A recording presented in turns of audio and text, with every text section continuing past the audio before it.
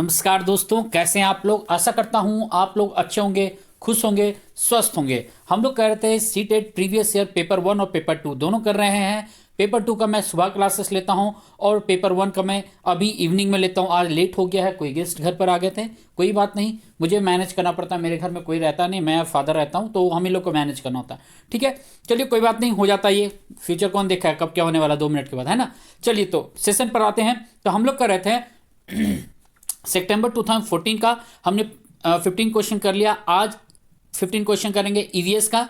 15 question है, pedagogy का section है, तो आज हम लोग उसको करेंगे। तो ये पेपर जो मेरे पास है, ये बुकलेट नंबर एल है। मैंने एल ही करवाया था ना, हाँ यही चल रहा था। ठीक है, तो एल है। आज हम लोग नेक्स्ट करेंगे। तो मैं अपने बारे में क्या बताऊं। ठीक है, मैं कुश कुमार स्वागत करता हूं आप लोगों का आपके इस यूट्यूब चैनल में, जिसका नाम है IQ अड्डा एंड इजी लर्निंग। तो मैं सबको डिस्क्रिप्शन बॉक्स में डाल देता हूँ। ज़्यादा टाइम नहीं लूँगा मैं आज, क्योंकि बहुत कुछ करना होता है ना। तो टाइम ज़्यादा ना लेकर के मैं डिस्क्रिप्शन बॉक्स में क्या डाल देता हूँ बता देता हूँ। मैं फेसबुक में ग्रुप बना दिया हूँ IQ अड्डा के नाम पर, वहाँ पर जाकर आप ज्वाइन कर सकते हैं।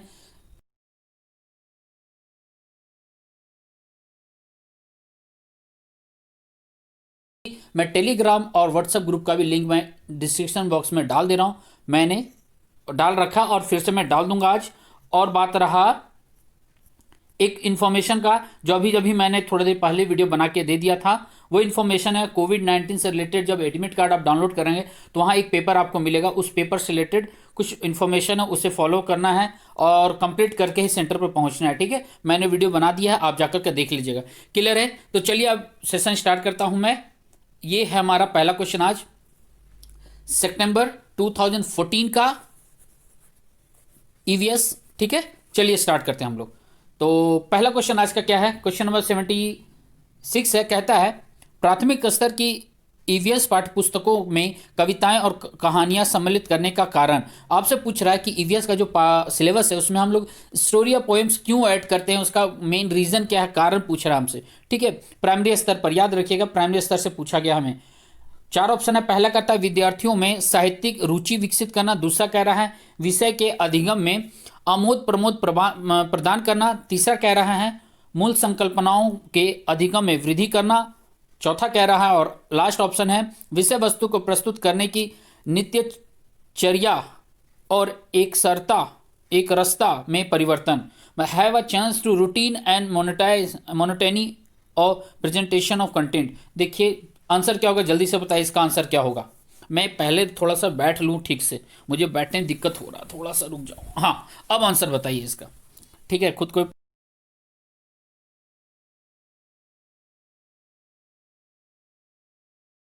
स्टडी कर रहे हैं पोयम है, स्टोरी, तो क्या करेंगे, एक स्टोरी है। स्टडी क्यों करते हैं, एक प्लेजर के लिए, इंजॉयमेंट के लिए, बच्चे भी उससे रिलेट हो सके, वो समझ सके वो एक राजा था, वो जंगल में पेड़ काटता था। पेड़ काटने से एक समय ऐसा आया कि बहुत बारिश हो गई, तो वो क्या करे कि स्टोरी बना रहा है इन्वायरमेंटल स्टडी में, तो क्या एक इंटरेस्टिंग पॉइंट आ रहा है, इंजॉय कर रहे हैं बच्चे लोग। तो ऐसा कहाँ आ रहा है, ऐसा ऑप्शन मुझे ऑप्शन नंबर 2 में दिख रहा है, प्रोवाइड फन एंड इंजॉयमेंट। ठीक है, तो इसका क्या होगा, ऑप्शन नंबर 2 जाएगा, सही जा रहा है। देखिए और भी ऑप्शन जा सकता है। ठीक है, ऑप्शन नंबर 1 भी सही है, रुचि विकसित करेंगे हम लोग। लेकिन यहाँ पर क्या है, रुचि विकसित स्किल डेवलपमेंट। अब बोल रहा है लिटरली स्किल्स का यहाँ बात कर रहा है, तो वो तो हम लैंग्वेज पेपर में भी कर लेंगे ना, है ना। लेकिन हम ईवीएस का बात कर रहे हैं ना हम लोग। चलिए आगे चलते हैं। 77 क्या कहता है, क्वेश्चन नंबर 77। 4 भावी शिक्षकों से कक्षा 5 के विद्यार्थियों के लिए मूल विषय यात्रा का प्रस्तुतिकरण बनाने के लिए कहा गया। प्रत्येक ने निम्नलिखित नीतियों में से किसी एक पर मुख्य रूप से केंद्रित किया। मतलब बोला गया है यात्रा एक चैप्टर पढ़ाया जा रहा है, उस पर छात्रों से बोला गया है कि आप उसके बारे में कुछ प्रेजेंट करिए उसके बारे में। एक थीम दिया हुआ ट्रैवल, ठीक है। तो बच्चे लोग क्या करें, फोकस करें कुछ स्ट्रेटेजी पर। तो क्या है वो, हमें आंसर बताना है। पहला कहता है यात्रा के विभिन्न साधनों अथवा विधियों को दर्शाने वाले चार्ट का उपयोग और उनकी व्याख्या। दूसरा कह रहा है पाठ्य पुस्तक की विषय वस्तु के उपयोग द्वारा यात्रा की विभिन्न विधियों की व्याख्या। तीसरा कह रहा है विद्यार्थियों से यात्रा के विभिन्न साधनों के चित्र एकत्र करके स्क्रैप बुक बनाने के लिए कहना। चौथा कह रहा है विद्यार्थियों से यात्रा में उपयोग किए गए विभिन्न साधनों के अनुभवों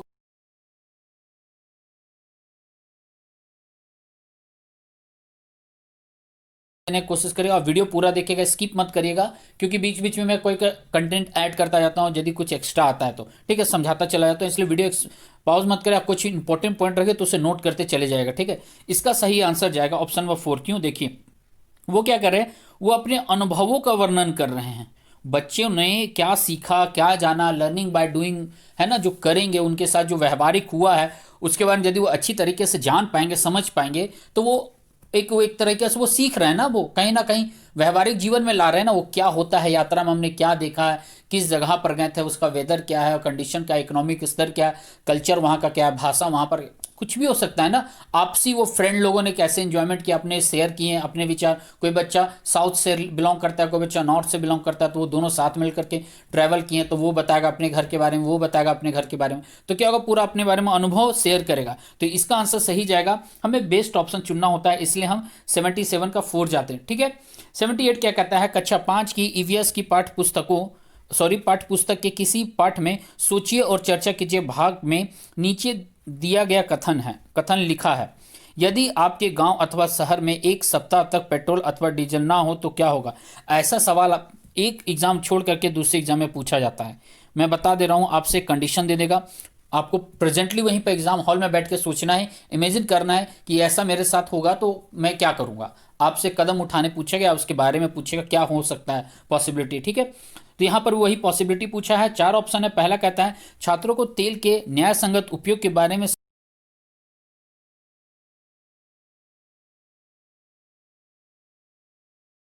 वास्तविक जीवन की चिंताओं को समझने हेतु कल्पना और सोचने विचारने की कुशलता को बढ़ावा। फोर्थ कहता है पेट्रोल और डीजल की कमी के बारे में जागृति उत्पन्न करना। जल्दी से इसका आंसर बताइए क्या होगा। 78 का आंसर क्या होगा, जल्दी से बताइए। देखिए यदि हम क्या करेंगे, मान लीजिए कोई चीज़, कोई एक कंडीशन अप्लाई हो रहा है हमारे लाइफ में जो फिलहाल के लिए नहीं है। जैसे अभी मेरे घर का कंडीशन मैं बता देता हूँ। मेरे घर का अभी ग्राउंड फ्लोर का क्या, इन्वर्टर का पूरा बैटरी डाउन हो चुका है, अब वो नहीं चला, कल या परसों मुझे खरीदना पड़ेगा। अब सिचुएशन क्या हो रहा है मेरे साथ, मैं इमेजिन कर रहा हूँ अभी कि अभी लाइट चला जाए तो क्या होगा, पावर कट पूरा, तब क्या होगा, मैं क्लास अभी कैसे ले पाऊंगा, है ना सिचुएशन में। उसी तरह बच्चों के साथ सिचुएशन दिया जा रहा है, यदि आपके यहाँ पेट्रोल डीजल गायब हो जाए, खत्म हो जाए एक सप्ताह के लिए, तब क्या होगा। तो वो क्या करेंगे, वो करेंगे वास्तविक जीवन की चिंताओं को समझने हेतु कल्पना सोचने की कुशलता को बढ़ावा देगा। वो इस मैटर पर ज़्यादा बेस्ट जा रहा ऑप्शन, वो क्या करेगा, खुद को विचारेगा, सोचेगा, थिंक करेगा, उसके बारे में इमेजिनेटिव स्किल्स लगाएगा, अपना जो भी आएगा रियल लाइफ से वो जोड़ पाएगा। यदि हमारी लाइफ में ऐसा होता है तो क्या होगा, क्लियर है। 79 क्या कहता है, ईवीएस की पढ़ाई में कक्षा में प्रश्न उत्तर तकनीक का सबसे अच्छा उपयोग किसके लिए किया जा सकता है। ईवीएस की क्लास है, अब बोल रहा है ईवीएस की क्लास में क्वेश्चन आंसर को उपयोग करना है, तो उसके लिए सबसे अच्छा तरीका पूछ रहा है आपसे। 4 ऑप्शन है। पहला कहता है विद्यार्थियों का ध्यान आकर्षित करने के लिए, नहीं, एलिमिनेट करने के लिए ट्राई करना, ठीक है। दूसरा कह रहा है शिक्षार्थियों में सीखने की जिज्ञासा उत्पन्न करने के लिए। दूसरा कह रहा है प्रायोगिक कौशल को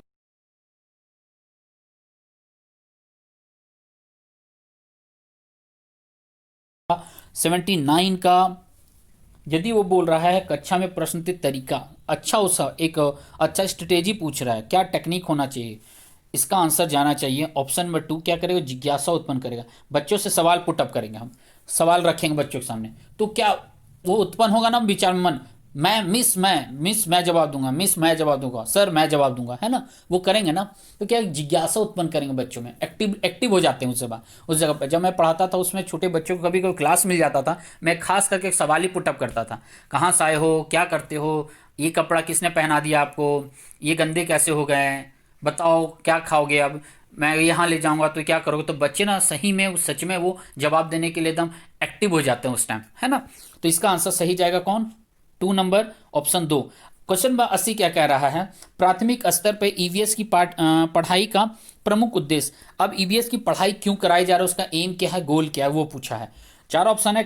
पहला कहता है विषय की मूल संकल्पनाओं की गहन समझ विकसित करना, ठीक है, आगे बढ़ते हैं देखते हैं। दूसरा कहता है अगले स्तर के अध्ययन के लिए शिक्षार्थियों को तैयार करना, ये ऑप्शन जा ही नहीं रहा है, ये ऑप्शन नहीं जाएगा, ठीक है। हम उसको आने भविष्य के लिए रेडी कर रहे हैं भाई, प्रेजेंट पहले देखेंगे ना हम, या भविष्य के लिए डुबा के रखेंगे भाई ऐसा हमको करना है, नहीं, पहले प्रेजेंट पर हमको उस पर वर्क करना है। तीसरा कह रहा है कक्षा की पढ़ाई को शिक्षार्थियों के विद्यालय से बाहर के जीवन से संबंधित करने में सहायता करना, यही ऑप्शन होना चाहिए। और फोर्थ कह रहा है स्वतंत्र रूप से सिद्ध क्रियाकलापों को करने का कौशल अर्जित करना। जल्दी से इसका आंसर बताइए। मैंने एक कैंसिल कर दिया, एक एलिमिनेट कर दिया, बाकी आपके हाथ छोड़ता हूं। जल्दी से बताइए इसका आंसर क्या होगा। देखिए इसका आंसर जाएगा ऑप्शन नंबर 3। वो क्या करेगा, खुद के क्लास का इन्वायरमेंट है, वो अपने घर का इन्वायरमेंट है, अब वो वहाँ के वातावरण को अपने बाहर के जीवन के साथ यदि वो जोड़ता है ना, तो बेटर अच्छी तरीके से वो चीज़ों को जान पाएगा, समझ पाएगा, सीख पाएगा। बात समझ रहे हैं ना? ठीक है। अब देखिए आप बोलोगे कि क्रियाकलाप को कौशल अर्जित करने का भी बात कर रहे हैं, किया जा रहा है यहाँ पर। ठीक है, वो भी ठीक है। यहाँ भी बोल रहा है कि समझ को विकसित करने की बात कर रहा है, ये भी ठीक है। लेकिन हमारा एम क्या है? इन्वायरमेंट टॉपिक क्या है भाई? पर्यावरण। पर्यावरण क्या है? वो क्या क्लास होगा, वो कक्षाएं होंगे? पर्यावरण में सब कुछ आ जाते हैं। हमारे जोग्राफिकल कंडीशन, क्या बोलते हैं उसके, सामाजिक पहलू क्या है, हमारे राजनीतिक पहलू क्या है, परिवहन हमारा कैसा है, दवाइयाँ कैसे हैं, पक्षियों के बारे में हम जानेंगे, पहाड़ों के बारे में हम जानेंगे, जानवरों के बारे में हम जानेंगे, घरेलू उद्योग क्या है उसके बारे में हम लोग जानेंगे, खेती हमारी कैसी है, कल्चर हमारा कैसा है। हम क्या करेंगे, पर्यावरण टॉपिक ही है, विषय का नाम ही है पर्यावरण। तो हम जब तक बाहरी दुनिया से उसको नहीं जोड़ेंगे तब तक हम कहाँ से उसको मतलब अच्छी तरह से गेन कर पाएंगे, है ना? तो बेटर ऑप्शन जा रहा है, बेस्ट हमें देखना है तो ऑप्शन 3 जाएगा। आगे चलते हैं। क्वेश्चन नंबर 81 क्या कहता है? प्राथमिक स्तर पर वृक्षों के संरक्षण की संकल्पना के बारे में विद्यार्थियों को संवेदनशील बनाने के लिए नीचे दिया गया कौन सा क्रियाकलाप उपयुक्त नहीं है? अब यहाँ पूछा है नहीं है, मतलब पर्यावरण संरक्षण के संदर्भ में वृक्षों का संरक्षण पूछा है, इसमें नहीं पूछा कौन सा क्रियाकलाप नहीं होना चाहिए। पहला कहता है वृक्षों पर नारा लेखन प्रतियोगिता आयोजित करना। दूसरा कह रहा है प्रत्येक छात्र को एक वृक्ष को अपनाकर उसकी देख रेख के लिए प्रोत्साहित करना। तीसरा कह रहा है बच्चों को लकड़ी के लट्ठों का भंडार दिखाना। और फोर्थ कह रहा है, चौथा कहता है वृक्षों पर पोस्टर बनाने की प्रतियोगिता आयोजित करना। जल्दी से इसका आंसर बताइए क्या होगा। नहीं में पूछा है, ठीक है। देखिए इसका आंसर जाएगा, सीधा सीधा है, हमें नहीं पूछा है। तो देखो यहाँ पर हम स्लोगन देंगे, है ना, स्लोगन देंगे, पानी है तो जीवन है, ऐसा करके कोई स्लोगन हम दे सकते हैं। ठीक है, हम क्या करेंगे, उस पर पोस्टर प्रतियोगिता पोस्टर बनाएंगे, एक पेड़ कटा हुआ बनाएंगे, वो एक कार्टून बना देंगे, वो पेड़ रो रहा है, उसके जगह आंसू की जगह उसके भी ब्लड गिर रहे हैं, है ना, वो भी उदास है, फल नहीं अब दे पाएगा फ्यूचर में, वो भी अब खुश नहीं पाए, हरा नहीं रह पाएगा। पोस्टर वहाँ बच्चा बना सकता है। फिर यहाँ पर क्या, वृक्ष को अपनाने के लिए मोटिवेट हम उसको कर सकते हैं। ये भी सही है, ये भी सही है, ये भी सही है, बट ये थोड़ा फीका लग रहा है आंसर में कि उसे हम लट्ठों को दिखाकर क्या कर लेंगे हम, है ना। ठीक है, ऑप्शन क्या जाएगा इसका? ऑप्शन नंबर 3 जाएगा। आगे बढ़ते हैं। क्वेश्चन नंबर 82 क्या कहता है?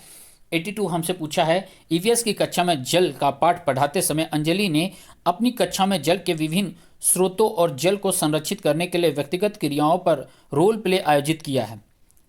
इस क्रियाकलाप का मुख्य उद्देश्य है, मतलब अब ये कोई अंजलि नाम की कोई अंजलि ने अपनी कक्षा में, हाँ, अंजलि नाम की कोई एक टीचर है, वो क्या कर रही है, जल संरक्षण के बारे या फिर जल के बारे में टॉपिक पढ़ा रही है। अब उस जगह पर रोल प्ले एक्टिव करवा रही है, तो बोला जा रहा है, पूछा जा रहा है कि उस रोल प्ले का जो क्रियाकलाप है उसमें सबसे मुख्य उद्देश्य क्या होना चाहिए, हम क्यों उस पर रोल प्ले करेंगे। ठीक है, मैं जितना भी मार्क करता हूँ ना, उस वर्ड को फोकस करके चलना है हमें, है ना, और वो नोट करते जाइएगा, जो जो लगे उसे नोट करते जाइएगा। पहला कह रहा है, कहता है विद्यार्थियों की सामाजिक कुशलताओं में सुधार करना। दूसरा कह रहा है अधिगम की प्रक्रियाओं को एक रास्ता को तोड़ना भाई, ये तो ऐसे ही एलिमिनेट हो रहा है। ठीक है, तीसरा कह रहा है, यहाँ जोड़ना होता तो चलिए हम लोग सोचते भी थोड़ा। तीसरा कह रहा है अधिगम की प्रक्रिया में विद्यार्थियों का सक्रिय भाग लेना सुनिश्चित करना। भाई क्रियाकलाप है, उसमें पार्टिसिपेट करता है बच्चा तो सबसे बेस्ट रिजल्ट मिलता है हमें, है ना। लेकिन फोर्थ ऑप्शन देखते हैं, क्या रहा है, जल के स्रोतों के विषय में विद्यार्थियों के ज्ञान में वृद्धि करना। अब जल्दी से इसका आंसर बताइए, मैं सारा इरेज करता हूं यहाँ पर। अब क्लियर हो गया क्वेश्चन, आंसर बताइए इसका आंसर क्या होगा। इसका आंसर जाएगा, जब वो क्रियाकलाप है ना तो सक्रिय रूप से एक्टिवली पार्टिसिपेट करेगा तो अच्छा रहेगा ना, उसका रिजल्ट अच्छा मिलेगा। Ensuring active participation of student in process of learning. Clear है, तो ऑप्शन तीसरा सही जा रहा है। 83 क्या कहता है? कह रहा है प्राथमिक स्तर के ईवीएस की पाठ्यचर्या को शुद्ध विज्ञान और सामाजिक विज्ञान की संकल्पनाओं को सम्मिलित करके विकसित किया गया। ऐसा करने का मुख्य उद्देश्य क्या, मतलब ईवीएस में साइंस और सोशल साइंस को ऐड किया गया है, उसका उद्देश्य पूछा जा रहा है। 4 ऑप्शन है। पहला कहता है शिक्षार्थियों को पर्यावरण को संकल्पनावादी ढंग से देखने योग्य बनाना। दूसरा कह रहा है पढ़ाई के विषयों की संख्या को कम करना, विषयों की संख्या कम करना, ऐसे ही एलिमिनेट हो जा रहा है ये। तीसरा कह रहा है विद्यार्थी के बस्ते का बोझ कम करना, ये भी एलिमिनेट हम करेंगे।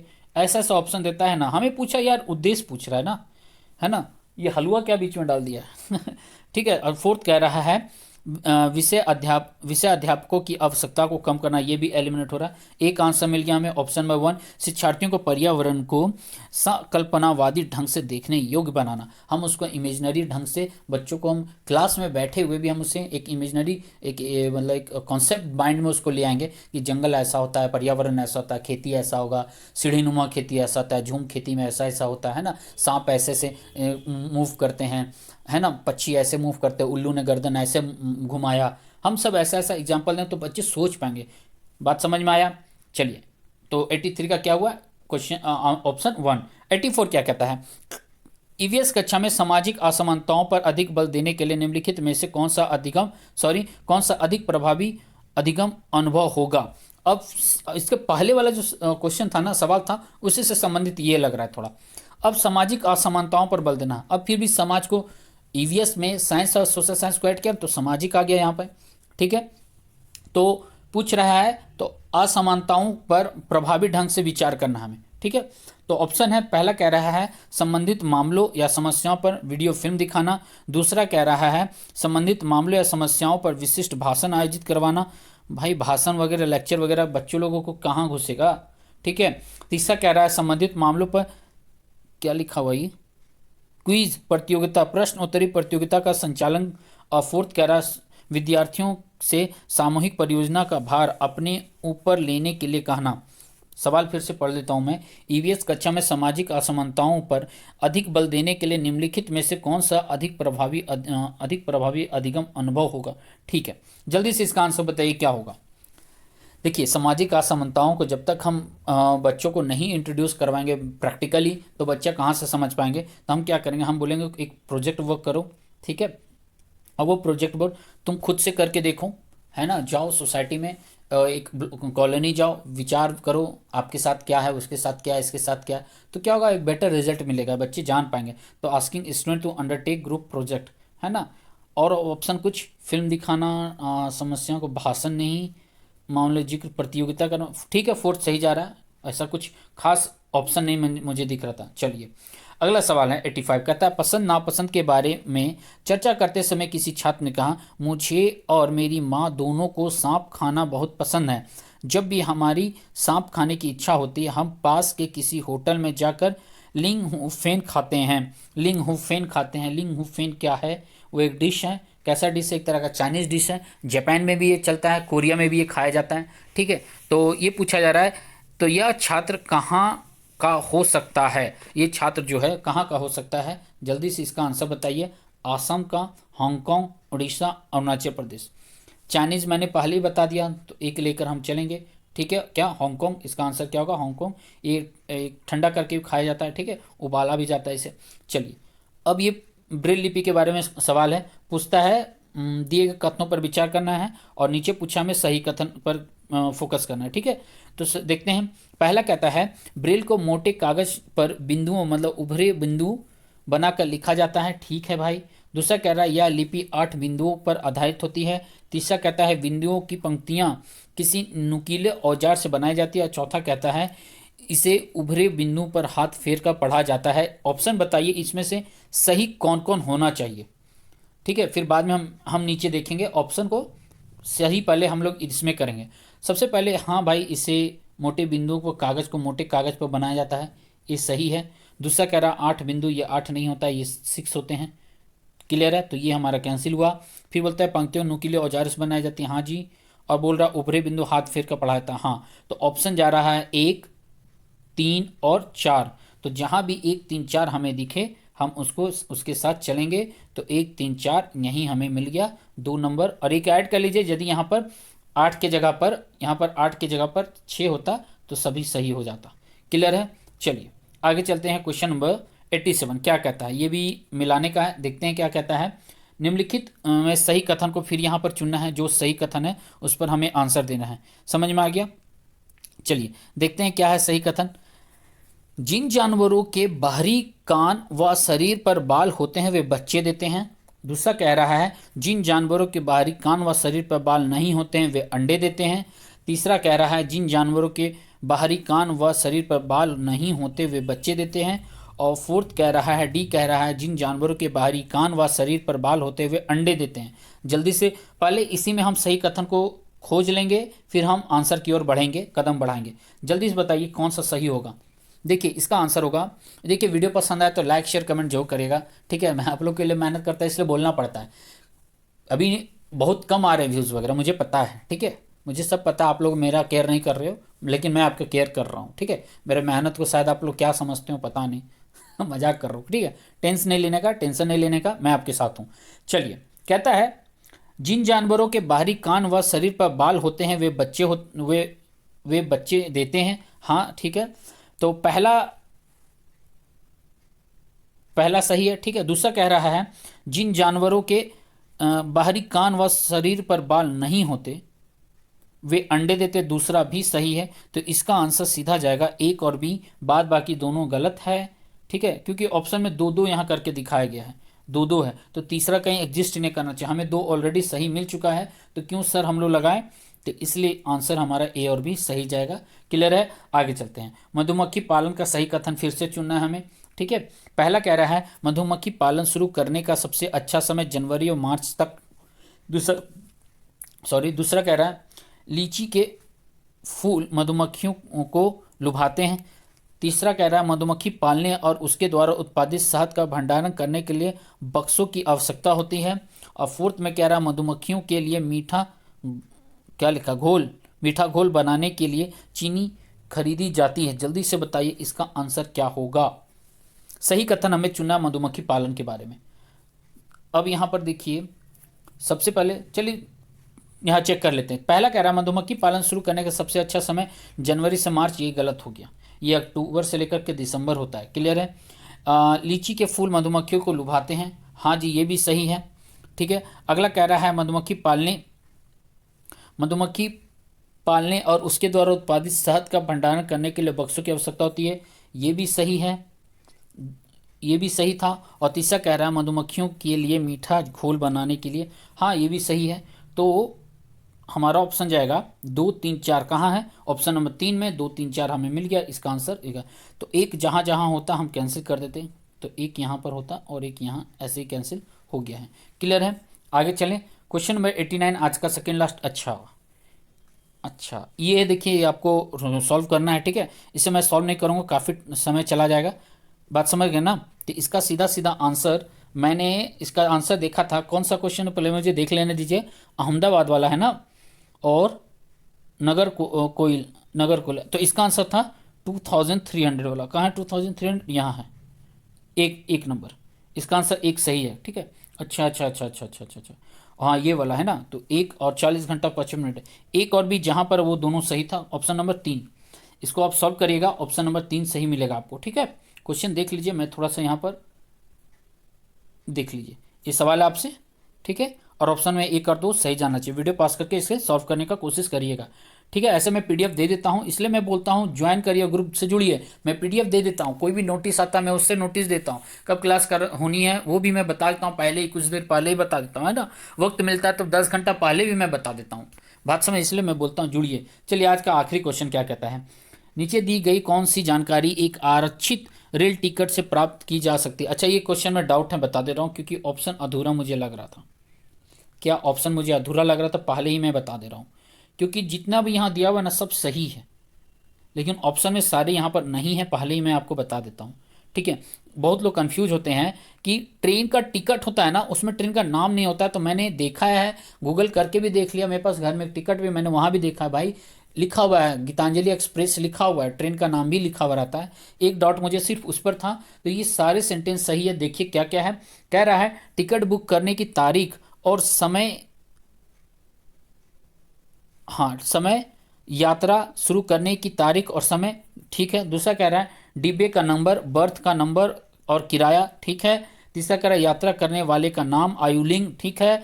फोर्थ कहता है ट्रेन का नंबर और नाम, वह स्टेशन जहाँ से ट्रेन पकड़नी है और अंतिम स्टेशन का नाम। ऑब्वियस है, मैं यदि आनंद विहार से लेके हावड़ा स्टेशन जाऊँगा तो क्लियर रहेगा ना, आनंद विहार से हावड़ा, बात समझ रहे ना। या फिर नई दिल्ली से मैं छत्रपति शिवाजी टर्मिनल गया था 4 महीने, 4 महीने बोलता हूँ मतलब पिछले साल, है ना, तो पूरा डिटेल था यार। और फोर्थ कह रहा है अंतिम स्टेशन पहुंचने की तारीख और समय, जब पहुंचेगा वो तो डिटेल रहेगा ही, किस दिन पहुंचना है हमें, है ना, अराइविंग टाइम तो होता है ना। तो ये सभी सही है, ठीक है। तो ऑप्शन में इसमें नहीं जाना है, पता नहीं क्या है इसके साथ, वो बात बाकी देखा जाएगा, ठीक है। चलिए फिर मिलता हूँ मैं। वीडियो पसंद आए तो लाइक शेयर कमेंट जरूर करिएगा। चैनल पे यदि आप नए तो चैनल को सब्सक्राइब करके इसके बेल आइकन जरूर दबाएगा, ताकि जब भी मैं क्लासेस लूँ आपको नोटिफिकेशन चला जाए। और महज 12-15 दिन बचा हुआ, दम लगा दीजिए, मैं आपके साथ हूँ। बस इसको लाइक शेयर जरूर करिएगा, उन लोगों तक जरूर पहुँचाए जिसे आज इसे खास ज़रूरत है, ठीक है। चलिए फिर मिलता हूँ मैं। घर पे रहिए, सुरक्षित रहिए, बड़ों से आशीर्वाद लेते रहिए, छोटों को प्यार देते रहिएगा। फिर मिलता हूँ मैं। Thank you very much.